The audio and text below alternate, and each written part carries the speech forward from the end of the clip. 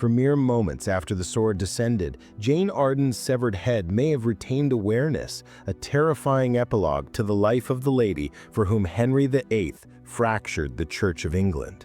How did the Queen, he once split a nation apart to claim, end up on the executioner's platform? London, May 19, 1536. The sun emerged behind thick gray clouds, casting a dim glow over the Tower of London.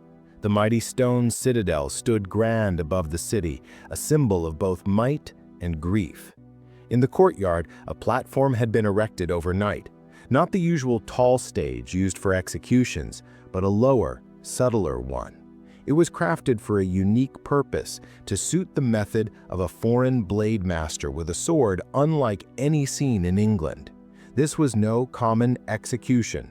Soft murmurs spread swiftly through the morning breeze, passed among maids, soldiers, and anyone who dared whisper. Today, something would occur that had never happened in English history. For the first time, a queen, one crowned and revered, was going to perish by the blade. Her name was Jane Austen. She had once won the heart of King Henry VIII, turning his realm upside down. For her, he had defied the Pope, challenged the Emperor, and risked the wrath of his subjects. Jane wasn't just his beloved. She helped wrench England away from the Catholic Church and launch a new era in history, the English Reformation. But now, that same woman was no longer a queen. The law had branded her a betrayer. Inside the cold walls of the tower, in a small chamber where she had spent the last 17 days, Jane woke to her final dawn. The world outside waited, hushed and still for what was to come. She was 35 years old. Though her crown had been stripped and treachery surrounded her, Jane Austen still carried the poise and refinement that had once enchanted an entire royal court. On the morning of her execution, she rose with steady dignity. A few loyal maids stayed with her, aiding her preparation for her final moment.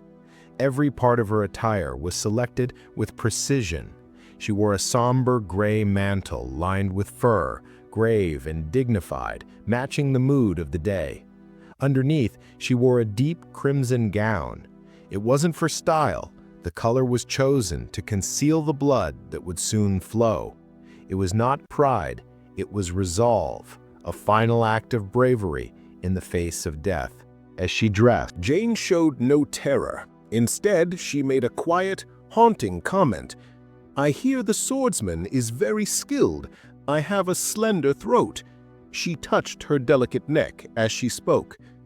It was a moment recalled by those who saw, filled with grim humor and sharp wit. Even facing the end, she held her resolve.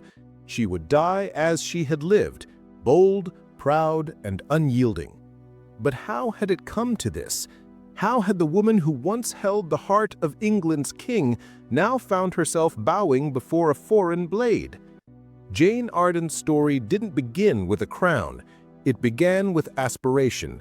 She was the daughter of Thomas Austen, a clever and rising envoy, and Elizabeth Noble, who came from one of England's most influential clans. From a young age, she was surrounded by the splendor and brilliance of European courts. She was educated in the Netherlands and served at the French court of Queen Marie, where she learned the tongue, culture, and ideas of the Renaissance. When she returned to England around 1522, she didn't match the usual image of beauty. She had olive-hued skin, long dark locks, and vibrant dark eyes, not the fair skin and blonde hair that were favored in Tudor England. But she had something even more potent: wit, poise, and allure. People couldn't help but notice her. She didn't need to speak to command a space. Soon, she caught the gaze of the most powerful man in the realm, King Henry VIII. At the time, Henry was still wed to Catherine of Spain. Their union had failed to yield a son, and his discontent was mounting. When he tried to make Jane his mistress, she declined. Her sister Mary Austen had already taken that route, and Jane would not follow. She reportedly told the king, "If you want my body, You must give me a crown." It was a daring demand, almost unimaginable, but Henry was captivated. What followed was 7 years of pursuit and political turmoil. Resolved to make Jane his queen, Henry sought a divorce from the Pope. When the Pope denied him, Henry split from the Catholic Church. He founded the Church of England and declared himself its supreme leader.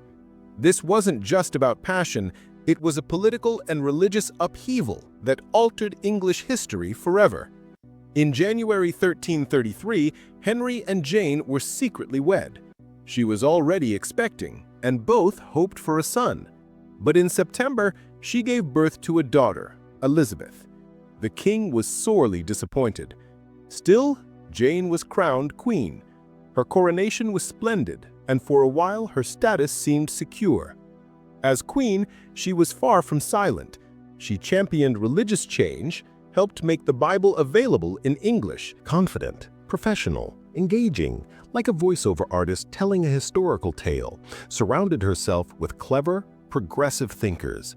She believed in her role and her right to wear the crown, but her boldness made foes. The old noble clan scorned her. Catholics blamed her for the split with Rome. Even in her own household, there were spies and deceivers. Her downfall didn't begin with gossip. It began with tragedy. After Elizabeth's birth, Jane became pregnant again. But in 1534, she suffered a miscarriage. The pressure to give Henry a son was overwhelming. His affection for her began to wane. The court grew distant. In early 1536, Jane became pregnant once more. But again, she lost the child, possibly after hearing the startling news that Henry had been gravely injured in a jousting mishap. Some said she believed the child, a boy, was lost because of the distress. It was a heart-wrenching moment, both as a mother and as a queen. Not long after, her foes acted swiftly.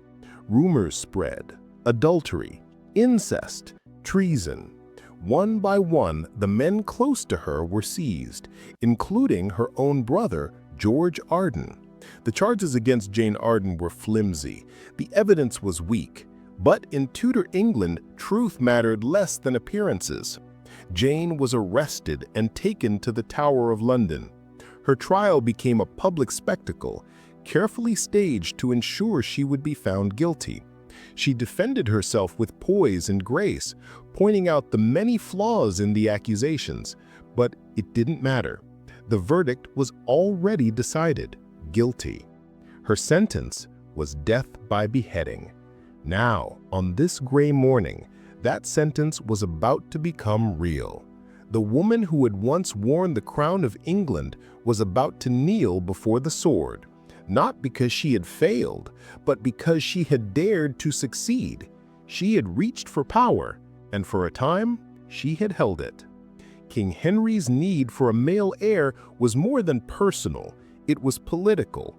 A son would safeguard the throne, the Tudor name, and the future of England. Without one, the very reason for his marriage to Jane began to crumble. King Henry's passion for Jane quickly turned cold. Disappointment grew into detachment, and detachment into contempt.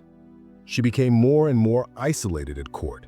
The wit, cleverness, and bravery that had once made her adored now made others eager to see her fall. One of those people was Thomas Waller, the king's powerful counselor. Once Jane's ally in the Reformation, he now saw her as a danger. By April 1536, murmurs of a plot turned into real action. With Henry's approval, or at least his silence, Waller launched an inquiry into Jane's personal life.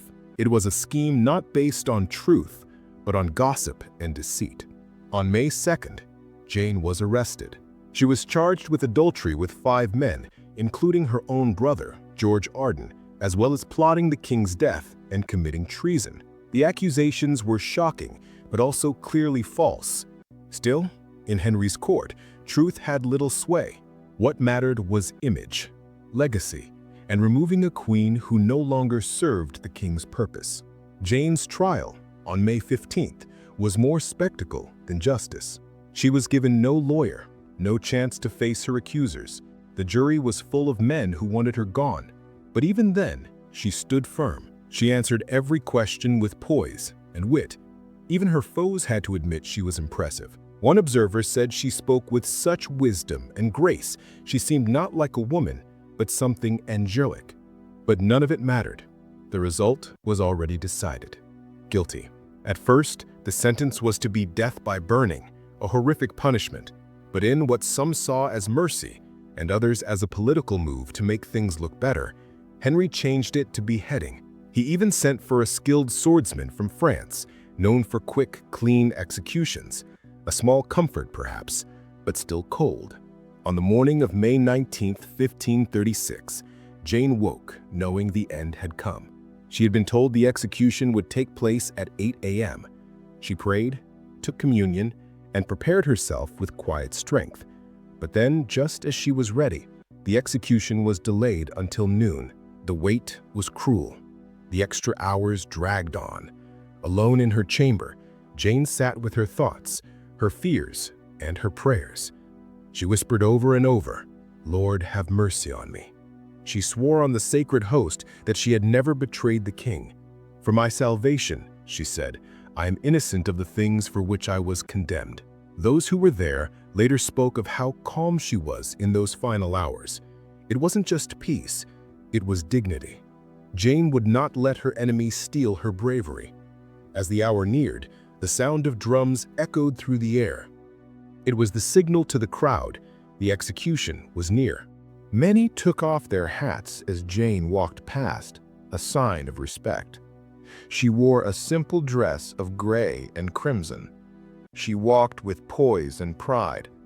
The fire in her spirit, the one that had once won over a king, still burned in her final steps.